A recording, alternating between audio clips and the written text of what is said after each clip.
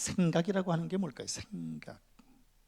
그러니까 사람이 헤아리고 판단하고 인식하는 정신작용이다라고 하는 거예요. 사람의 생각은 행동을 낳죠. 언제나 이제 사람의 생각을 먼저 하고 행동을 합니다. 먼저 생각하죠. 왼손을 내밀어라 라고 이제 생각을 하면 그 다음에 이제 왼손을 내밀게 되죠. 그래서 생각은 행동을 낳고 이게 반복되면 그럼 습관이 되어지죠. 그리고 습관은 결국은 그 사람의 운명을 결정짓는다라고 하는 거예요. 그래서 사람이 어떤 생각을 하고 사는가, 이건 굉장히 중요한 문제예요. 왜냐하면 생각은 그 삶의 시작과 과정과 끝을 결정하기 때문에 그렇습니다. 한 사람의 생각과 성격은 어떻게 형성이 될까? 이것도 굉장히 중요한 문제입니다. 그러니까 생각이 그렇게 중요하다면 그럼 이 생각은 도대체 어떻게 만들어지는 것일까? 먼저 가정과 주거 환경에서도 이제 뭐 여러 가지 요인이 있겠지만 제가 그냥 몇 가지만 생각나는 대로 말씀을 드릴게요. 그 사람이 부잣집에서 태어났는가 가난한 집에서 태어났는가, 이것도 이제 그 사람의 성격을 결정짓는데 중요한 역할을 하지요. 그 사람이 시골에서 태어났는가 도시에서 태어났는가, 또 도시라고 하면은 아주 쉬운 예로 좀 더 세분화하면 강북에서 태어났는가 강남에서 태어났는가, 이것도 이제 그 사람의 성격을 결정짓는데 중요한 요인이 될 수 있다라고 하는 겁니다. 또 그 사람은 어떤 부모님을 또 이렇게 부모님 밑에서 성장했는가, 그 부모님의 직업이 무엇이었는가, 그리고 그 부모님은 건강하셨던 분이었는가, 부모님이 보수적이었던 분이었는가 아니면 진보적인 분이었는가, 그 부모님이 자영업을 하는 부모였는가 아니면 직장 생활을 하는 부모였는가, 또 우리 부모님들은 부부 금실이 좋았는가 아니면 부부지간에 맨날 싸웠는가, 이것도 이제 자식들 형성, 이 성격을 형성하는데 굉장히 중요한 요인이 된다라고 하는 겁니다. 또 그 사람 본인이 학교를 공부를 어느 정도를 했을까, 그 학력이 어느 정도인가, 또 학교 생활에서 공부를 잘했을까 잘 못했을까, 이것도 이제 그 사람의 성격을 형성짓는데 결정적인 역할을 한다라고 하는 겁니다.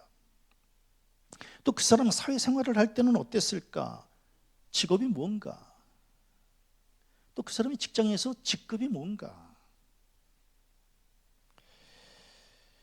정치 성향은 어떨까, 진보적일까 중도일까 아니면 보수적일까, 이것도 이제 그 사람의 성격을 형성하는 요인이 된다라고 하는 겁니다. 결혼 생활은 어떨까? 네? 결혼 생활. 배우자랑 잘 지내는가? 배우자랑 잘 안 맞아서 맨날 싸우는가? 그것도 이제 그 사람의 성격을 형성하죠. 맞벌이였는가 외벌이였는가? 자녀는 어떤 식으로 양육을 했는가? 이것도 이제 그 사람의 성격을 형성하는데 요인이 된다라고 하는 거예요. 대인관계는 어땠는가? 대인관계. 언제나 리더의 자리에 있었는가 아니면 조력자의 자리에 있었는가? 만나는 친구는 어떤 친구들을 만났을까? 이것도 그 사람이 성격을 형성하는데 요인이 된다라고 하는 거예요. 신앙생활은 어땠는가? 직분은 뭐였는가? 권사 정도였는가? 장로 정도였는가? 신앙생활을 열심히 하던 사람이었는가? 아니면 형식적으로 하던 사람이었는가? 이것이 이제 또 그 사람의 성격을 형성하는 요인이 되는 거죠. 지금 나이가 어떻게 됐는가? 60대인가 50대인가? 또 자기 가족과의 유대관계는 어떨까? 그래서 이 모든 것이 다 총체적으로, 이게 다 총체적으로 연결이 돼서 결합이 되어져서 마침내 한 사람의 성격과 한 사람의 성품이 이제 결정이 되는 겁니다. 그러니까 쉬운 일이 아닙니다. 한 사람이, 그 사람이 어떤 생각을 갖고 어떤 말을 하고 어떤 행동을 하는가는 이 모든 요인들이 다 결합이 된 것의 결과물로 이제 드러나는 것이죠. 그래서 정신과 치료를 받으러 가면 이제 의사들도 이제 이렇게 우리한테 이제 학문, 이 항목들을 이제 적어놓은 거를 우리한테 주지요. 그럼 거기다 쓰는 겁니다. 나이가 어떻고, 부모는 어떻고, 내 배우자는 어떻고, 내 자식은 어떻고, 그리고 나는 어렸을 때부터 어떤 성장 과정을 거쳤고, 이런 것들을 이제 이렇게 다 쓰는 겁니다. 그래서 이런 것들을 근거로 해서 생각과 성격을 파악하게 되는 거죠. 그런데 아무리 의학적으로 통계적으로 살펴본다 해도 한 사람의 생각과 성격을 온전히 이해하기는 쉬운 일이 아니다. 왜 그럴까? 각 사람의 마음에는 우주가 담겨 있기 때문에 그렇다라고 하는 것. 알 수 없습니다. 그 사람의 성격 알 수 없다라고 하는 것. 내 생각, 내 성격, 그것이 오랜 과정과 시간을 통해서 이제 만들어진 겁니다. 내 앞에 있는 그 사람도 마찬가지입니다. 그 사람도 오랜 시간과 오랜 경험을 통해서 그 성격이 형성된 겁니다. 나도 내 성격 잘 못 바꿉니다. 쉽지 않습니다. 그렇기 때문에 내 앞에 있는 사람도 자꾸 고치라고 그래봐야 소용없습니다. 잘 안 바뀝니다. 63년 동안 만들어진 이 성격을 안 바뀝니다. 내 아내도 63년 동안 만들어진 그 성격을 하루아침에 바꾸라고 그럴 수 없습니다. 그래봐야 안 바뀌기 때문에 그렇다라고 하는. 그래서 우리는 사람 고쳐서 쓰는 거 아니다, 이런 말로 그냥 서로 있는 그대로를 그냥 봐주자며 암묵적인 합의를 하면서 지금 이렇게 살아가고 있는 겁니다. 제가 요즘에 이혼 숙녀 캠프 결혼 지옥이라고 하는 프로그램을 이제 봅니다. 최 목사가 그런 프로그램을 보는 이유는 딱 한 가지입니다. 저는 그런 프로그램을 보면서 언제나 옆에 노트 갖다 놓고 메모를 합니다. 저 사람은 어떤 성격, 또 저 사람은 어떤 것을 좀 고쳤으면 좋겠고, 이런 것들을 이제 이렇게 메모해서, 그래서 거기서 나온 패널들이 이야기하는 것과 어느 정도로 일치하는지를 이제 함께 이렇게 맞춰보는 겁니다. 왜 맞춰보느냐 하면 저 사람들의 어려움이 결국 이제 우리 교인들이 겪는 어려움이기 때문에 그렇습니다. 그럼 우리 교인들이 찾아오면 어떻게 또 조언하고 어떻게 또 이제 이렇게 위로하고 이렇게 해야 될 것인가를 공부하기 위해서 이제 그 프로그램을 보는 겁니다. 그런데 거기에 등장하는 부부들은 하나같이 다 생각과 성격의 이 차이로 큰 갈등을 겪고 있다라고 하는 거예요. 갈등을 겪을 수밖에 없습니다. 왜? 서로 각각 30년 동안 각각의 삶 속에서 각각의 부모들과 각각의 대인관계 속에서 각각이 공부하면서 그렇게 살다가 그 30년 동안 형성된 그 성격을 가지고 이렇게 덜끼 결혼을 했는데, 결혼해서 그것을 맞춰간다라고 하는 것이 이게 결코 쉽지 않습니다. 쉬운 일이 아니에요. 오늘 이제 우리 현정이하고 또 우리 이 선생이 같이 또 이제 목양실에 찾아왔습니다. 3월 달에 이제 이렇게 결혼하겠습니다. 그래서 찾아왔어요. 둘이 잘 맞아요. 너무 잘 맞아요.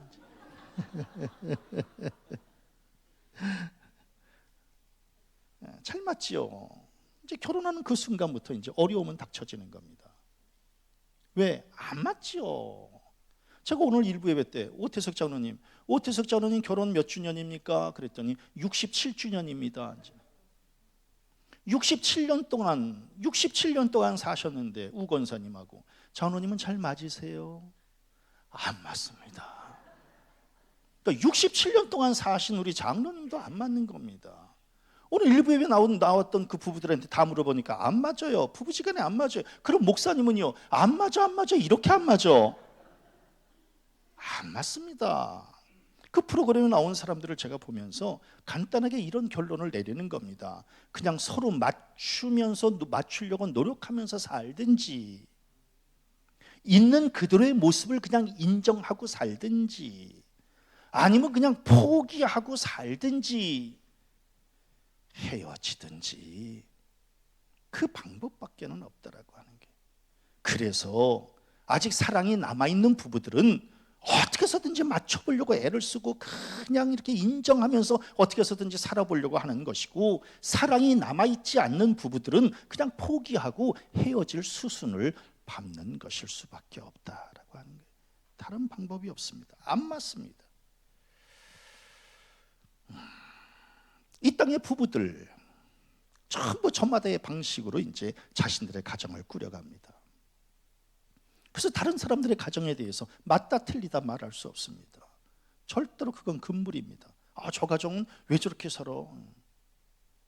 옛날에 그냥 우리 후배 목사가, 예? 엄마하고 저하고 같이 이렇게 만나서 우리 후배 목사가 엄마한테 하는 말이, 사모님은 어떻게 그냥 형님 같은 사람하고 그렇게 사세요? 이제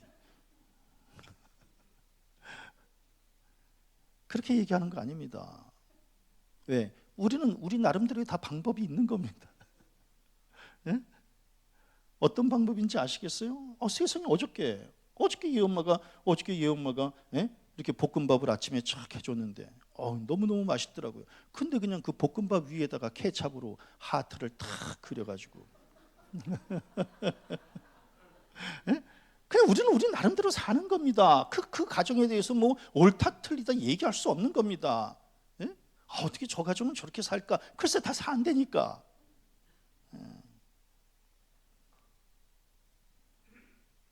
단지 그 가정이, 그 부부가 상식에서 어긋났는지, 합리적인 사고를 하고 있는지, 부부간의 사랑과 배려가 아직 남아 있는지, 그것들을 이제 살피면서 살아가는 거지요. 그러면 부부지간에 누가 맞춰야 될 것인가? 이것도 굉장히 중요한 문제입니다. 누가 누구에게 맞춰야 될 것인가? 제가 이제 이렇게 살아보니까 상대적으로 좀 더 생각이 깊고 생각이 좀 넓은 사람이 주도권을 갖는 게 중요하다라고 하는 거예요. 왜? 그래야 가정의 방향을 잡아갈 수 있기 때문에 그렇습니다. 그것은 남자가 주도권을 꼭 갖는다는 것도 아닙니다. 그렇다고 여자가 무슨 뭐 굴종하는 것도 아니에요. 제가 이제 이렇게 그 프로그램을 이렇게 보면은 뭐 답이 나옵니다. 이 가정에는 남자가 그냥 아내의 말을 듣는 게 좀 평안하겠다. 이제 이렇게 다 답이 나오지요. 왜? 그런 방정식이 이렇게 딱 나와 있는 겁니다. 응? 그러면 남편이 무슨 뭐 자존심 상할 일도 아닙니다. 그 가정의 방향을, 그 가정의 평안을 위해서 아내의 말을 따르는 게 좋은 겁니다. 그건 나쁜 게 아니지요. 또 어느 가정 이렇게 보면은 아내가 너무 그냥 이렇게 상식에서 좀 어긋나서, 그래서 저 가정은 남편 말을 좀 잘 들으면 좋겠구나, 이렇게 또 이제 생각할 수 있는 겁니다. 물론 배우자와 기본적으로, 그래서 제가 이제 우리 아침에 오 장로님에게 장로님은 모든 일을 다 장로님께서 이렇게 결정하면서 사셨나요? 이제 이렇게 여쭈어봤더니 장로님께서 사안에 따라서 달랐습니다. 어떤 때는 제가 그냥 주도했고 어떤 때는 우건사가 주도했고, 그러면서 사안에 따라서 서로 합의해서 결정하면서 살았습니다. 굉장히 중요한 고백이죠. 그러셨어요, 장로님.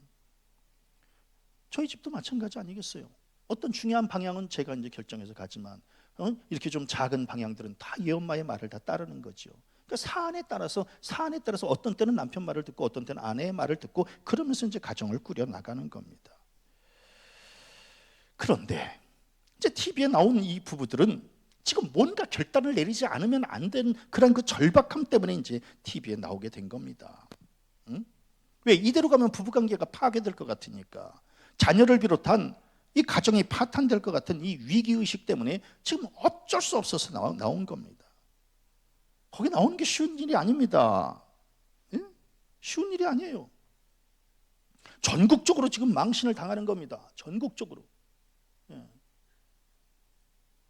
얼마 전에 그 프로그램을 봤더니 며느리가 나와서 그냥 그 방송에서 그냥 시어머니하고 안 맞는다는 얘기를 막 하고, 시어머니가 비합리적으로 막 얘기를 해서 시어머니 때문에 막 골치 아프다고 막 그 얘기를 하고, 난 그거 보면서 가슴이 철렁 내려앉았어요.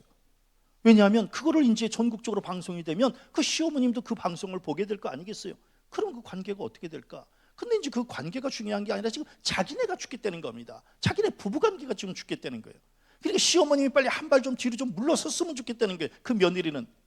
근데 시어머니는 그렇지 않겠다는 거예요. 그냥 끝까지 그냥 당신이 그냥 이 가정에, 결혼한 이 아들 가정에 그냥 끝까지 개입해서, 그럼 이제 그 가정이 너무너무 어려워지는 겁니다. 또 어느 가정을 보니까 너무 비상식적이에요, 여자가. 그러니까 이제 그러면은 전국적으로 요구르트 먹는 거 아니겠습니까? 요구르트 먹는 거. 목사님 요구르트 먹나요? 글쎄 나도 욕했잖아. 저 왜 저래?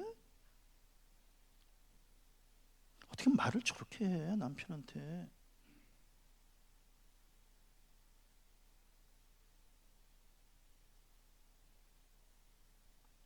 불구하고 이제 그 부부들은 어떻게 해서든지 살아야 되기 때문에 그냥 이제 나오게 된 겁니다. 어떻게 해서든지 살아야 되기 때문에. 그래서 참 부부지간에 이게 제가 아침에 이제 오전 예배 이렇게 일부 예배 나오신 분들, 부부지간에 나온 분들 이렇게 다 물어봤더니 어쩌면 100이면 100 다 안 맞는다는 거예요. 남편하고 안 맞는다. 안 맞죠. 아까 제가 살펴봤잖아요. 이게 다 맞아서 맞는 부분은 없습니다. 예. 그러니까 이 가정 생활을 이걸 꾸려 나간다라고 하는 게 이게 쉬운 문제가 아닙니다. 그러면서 제가 무슨 생각을 하게 되느냐 하면, 그러면 하나님하고는 잘 맞을까? 예? 우리 부부지간에 이렇게 안 맞는데, 부부지간에 이게 생각이 이렇게 잘 안 맞는데 하나님하고는 그럼 잘 맞을까? 그런데 오늘 성경 말씀 보니까 이런 내 생각이 너희의 생각과 다르며 내 길은 너희의 길과 다름이니라. 아하, 하나님하고도 안 맞는구나. 하나님하고도 생각이 안 맞는구나. 하나님하고 길도 안 맞는구나. 그래도 너무 감사한 것은 하나님께서 당신의 생각과 우리의 생각이 틀리다고 말하지 아니하시고 다르다고 말씀해 주신 게 그저 감사할 뿐이다. 왜? 틀렸다고 말씀하시면 상종하지 않겠다는 것이지만 다르다라고 하는 것은 맞춰보겠다라고 하는 뜻이 있는 것 아니겠습니까? 그래서 이게 참 이거 다른 것을 어떻게 맞춰봐야 될 것인가? 예? 우리가 부부시간에 달라도 너무 다른데 생각해 보세요. 신앙적으로도 하나님하고 달라도 너무 달라요. 예? 다를 수밖에 없지요. 창조주 하나님하고 피조물 된 인간이 어떻게 같을 수가 있겠어요? 제한적인 인간이 어떻게 전능자 하나님하고 그 생각이 같을 수가 있겠어요? 게다가 심판하실 하나님이 심판을 받을 인간과 어떻게 그 생각이 같을 수가 있겠어요? 중요한 것은 그러면 서로 생각이 다를 때 누가 누구의 생각을 따를 것인가? 예? 우리 부부지간에 아까 제가 말씀드렸잖아요. 누가 누구의 생각을 따라야 된다고, 그래야 그 가정이 평안하다고. 신앙도 마찬가지입니다. 그럼 누가 누구의 생각을 따를 것인가? 우리는 하나님 앞에서 너무 자기 생각의 절대성을 주장합니다. 제가 자기 생각의 절대성이라고 그냥 좋은 말로 하는 거죠. 좋은 말로 표현하니까 자기 생각의 절대성이지, 그냥 쉬운 말로는 자기 고집과 아집이다라고 하는 겁니다. 그러니까 하나님하고 이 생각이 다른 거예요.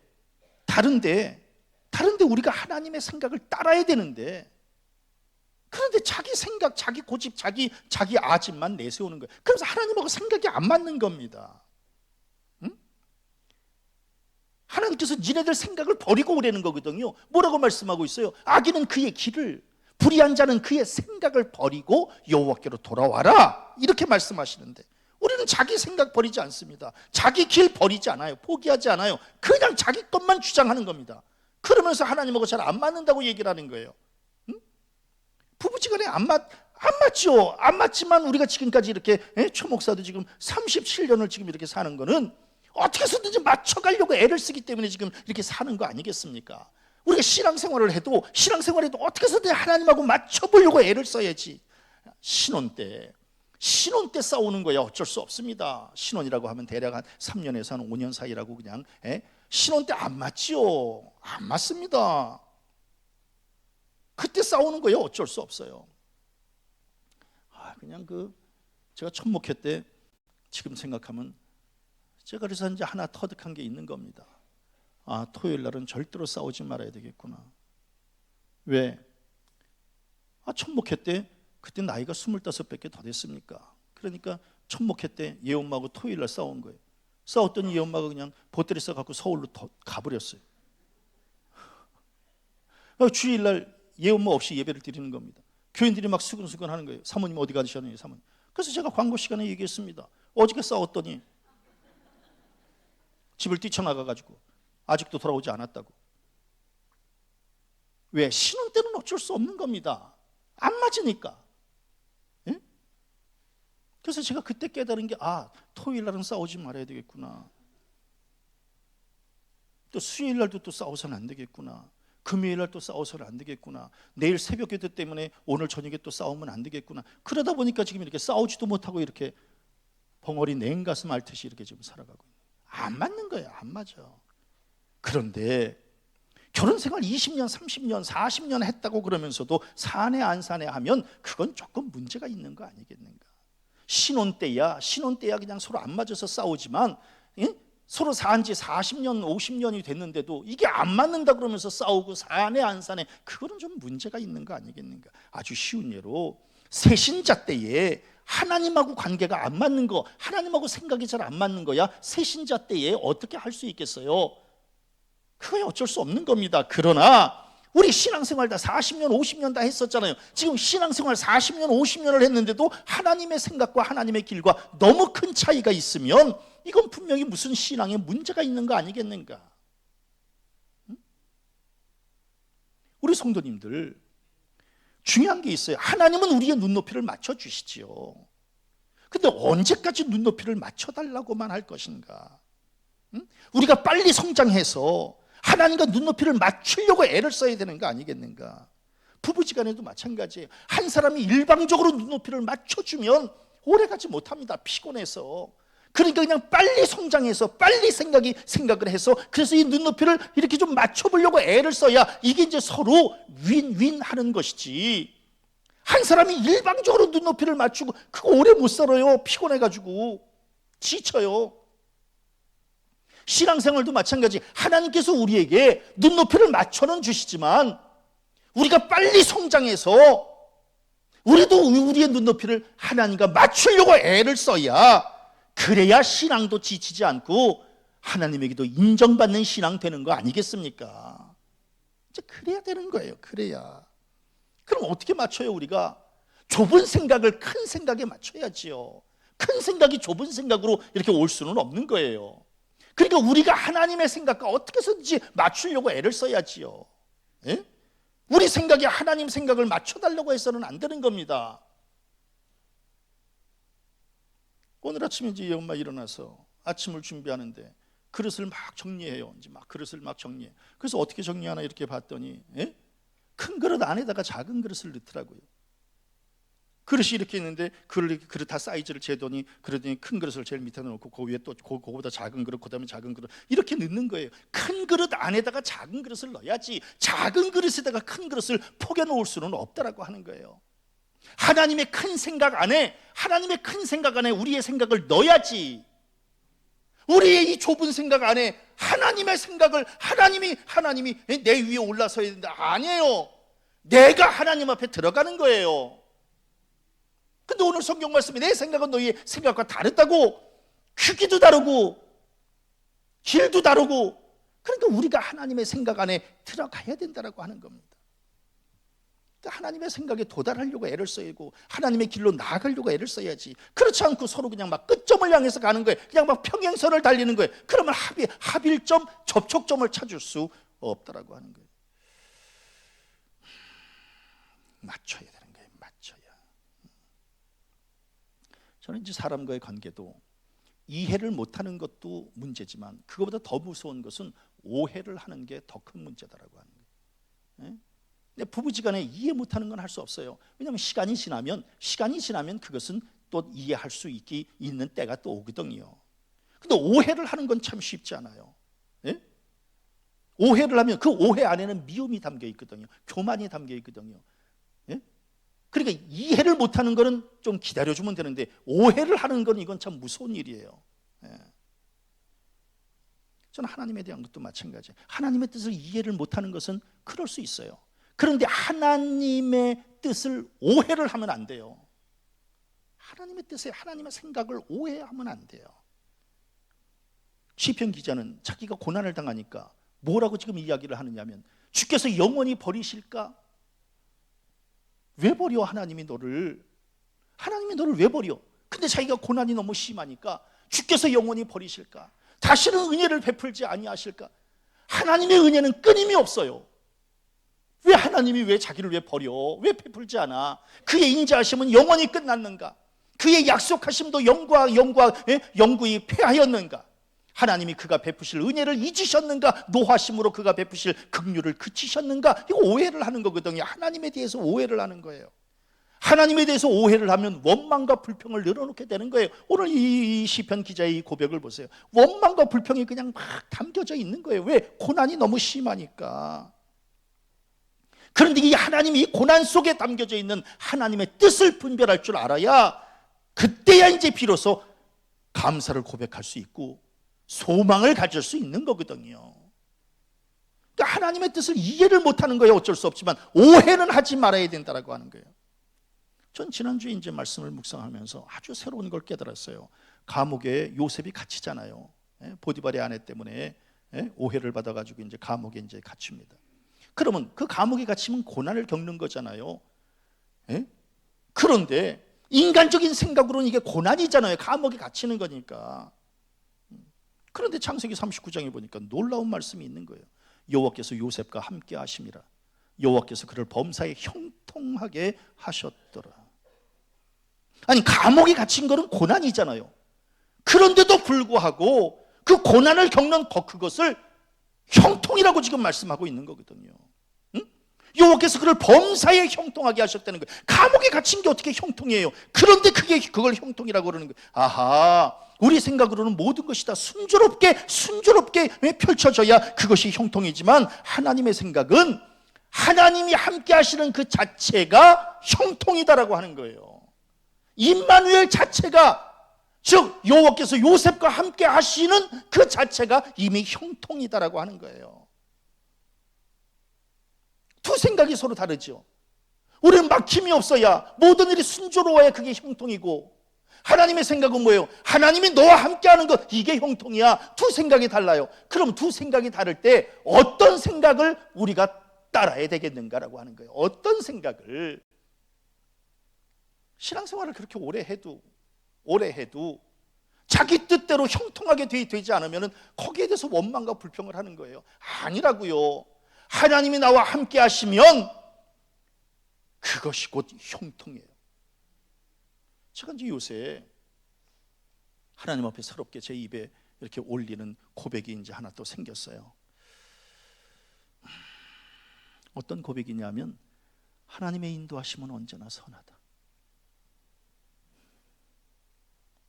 이게 제가 이제 요새 입을 열면 언제나 올리는 고백이에요. 근데 이 고백이 모든 게 형통할 때 나왔을까요? 아니에요. 저 지난 한 1개월, 2개월 동안 많은 어려움을 겪었어요. 내 뜻대로 안 돼요.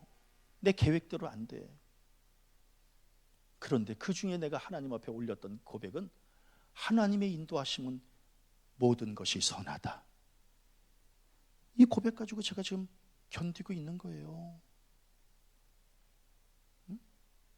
그러니까 형통해서가 아니에요. 하나님의 인도하심을 믿는 거거든요. 하나님의 인도하심을 믿으면 언제나 선하신 계획대로 나를 이끄실 것이다라고 하는 이 고백을 그냥 갖는 거거든요. 우리가 고난을 겪으면 그게 그렇게 우리를 하나님께서 수렁과 웅덩이에 빠뜨리시려고 하는 걸까요? 아니에요. 예레미야에 보니까 너희를 향한 나의 생각을 내가 안 하니, 내 생각, 하나님의 생각. 어떤 생각? 너희를 향한 하나님의 생각. 즉 나를 향한 하나님의 생각은 뭐예요? 평안이요 재앙이 아니니라. 너희들 지금 그 고난 겪고 있는 거지. 그게, 내 생각은 내가 너희들에게 평안을 주는 거야. 재앙이 아니야. 평안을 주는 거야. 그리고 너희에게 미래와 희망을 주는 거야. 그게 내 생각이야. 그러니까 지금 당장에 네 생각대로 되지 않아서 원망하고 불평하고 오해하고 그러지 말어. 내 생각을 분명히 얘기해 줄게. 너희를 향한 내 생각은 너희들을 평안하게 하는 거야. 너희들에게 미래와 희망을 주는 거야. 이걸 확신하시기를 바랍니다. 이게 믿음이다라고 하는 거예요. 이게 믿음이다라고 하는 거예요. 우리는 내 생각대로 안 되고 조금 고난을 겪으면 하나님을 원망하고 불평하고, 아니에요. 그게 아니라고요. 너희를 향한 내 생각 다시 한번 얘기해 줄까? 평안이야. 미래와 희망을 주는 거야. 오해하지 말고 내 생각과 내 길로 나아와. 아멘.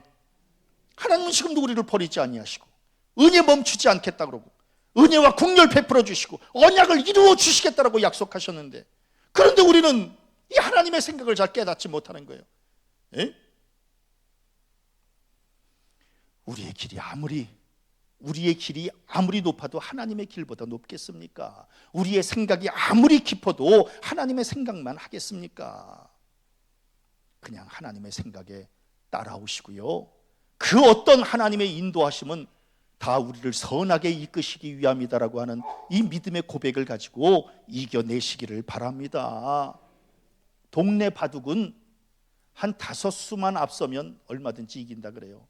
그런데 프로 바둑은 30수를 앞서야 이길 수 있다고 그래요.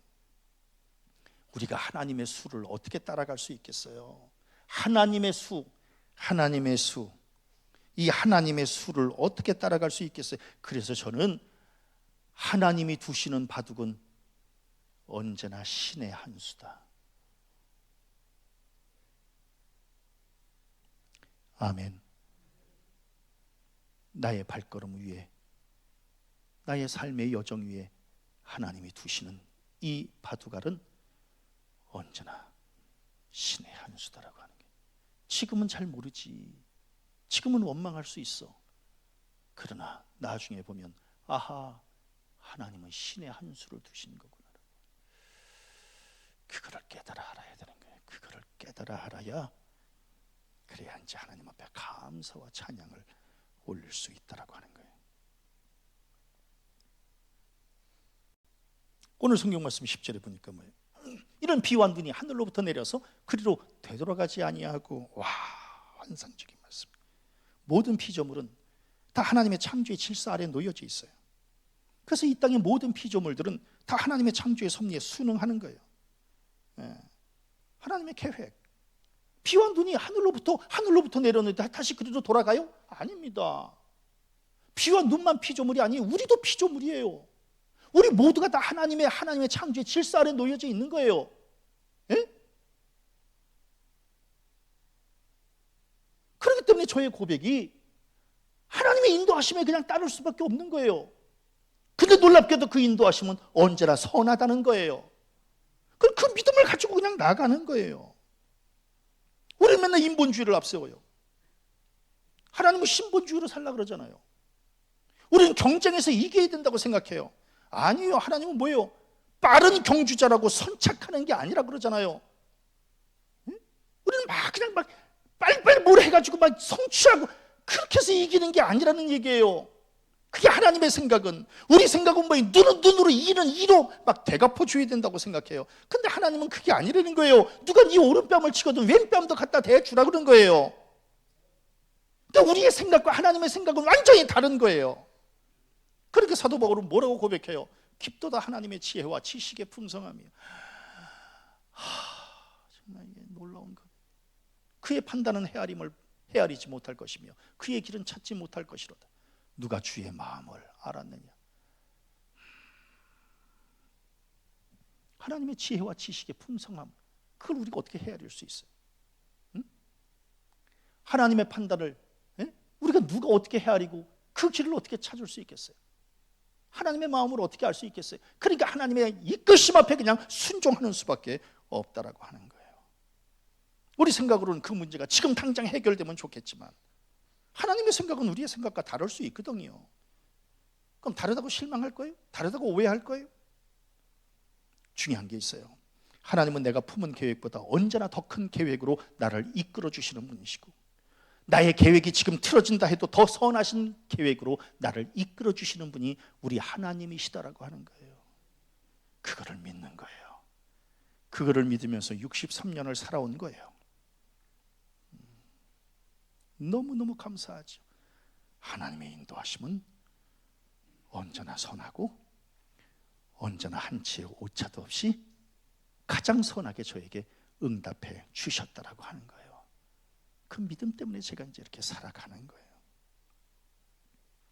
그런데 저는 이제 이 말씀을 보면서 뭘 또 깨닫게 되느냐면, 아하, 하나님의 생각과 내 생각의 이 코드를 맞추려면 지금이 아니라 나중에 초점을 맞춰야 되겠구나. 나중에. 지금 생각하면 원망이에요. 지금 일 틀어진 거 생각하면 원망과 불평이에요. 그런데 나중에 응답을 생각하면 감사할 수 있어요. 하나님께서 이걸 어떻게 이끄실까? 왜? 하나님은 언제나 나중을 지금보다 더 좋게 이끄신다고 약속해 주셨기 때문에 그래요. 그래서 뭐예요? 내 시작은 미약하였으나 내 나중은 심히 창대하리라. 걱정하지 말아라. 지금 틀어졌다고? 걱정하지 마라. 더 선한 길로 이끌어 주세요. 네? 지금 그게 조금 좀 내 생각하고 좀 다른 방향으로 갔다고요? 아유, 아니에요. 하나님은 더 좋은 길로 우리를 이끌어가고 계시는 거예요. 그거를 이제 알아야 되는 거예요. 그거를 알아야 이제 담대함을 갖는 거예요. 그런데 놀라운 말씀이 있어요. 오늘 성경 말씀에 비와 눈이 땅을 적셔서 소출이 나게 하며 싹이 나게 하여 파종하는 자에게는 종자를 주며 먹는 자에게는 양식을 줌과 같이, 아하, 하나님은 소출을 주셔서 지금 만족하게 하시는 분이고 종자를 주셔서 미래를 소망하게 하시는 분이구나. 정말 놀라운 말씀이에요. 하나님은 지금 소출을 우리에게 주시는 거예요. 그래서 우리가 지금 만족해요. 그러나 지금만 만족하게 하는 것이 아니라 하나님은 종자를 주셔요. 종자를 주셔서 미래를 소망하게 하시는 거예요. 그래서 하나님의 역사는 현재와 미래를 관통하는 역사다라고 하는 거예요. 이거를 깨달아야 되는 거예요. 이거를. 그래서 제가 설교 준비하면서 이 말을 한마디로 요약해 봤어요. 지금 아쉬우면 미래를 소망하고 미래가 염려되면 지금을 확신하라.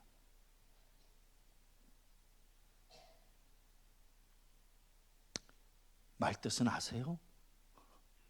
지금 아쉬우면 미래를 소망하고 미래가 염려되면 지금을 확신하라.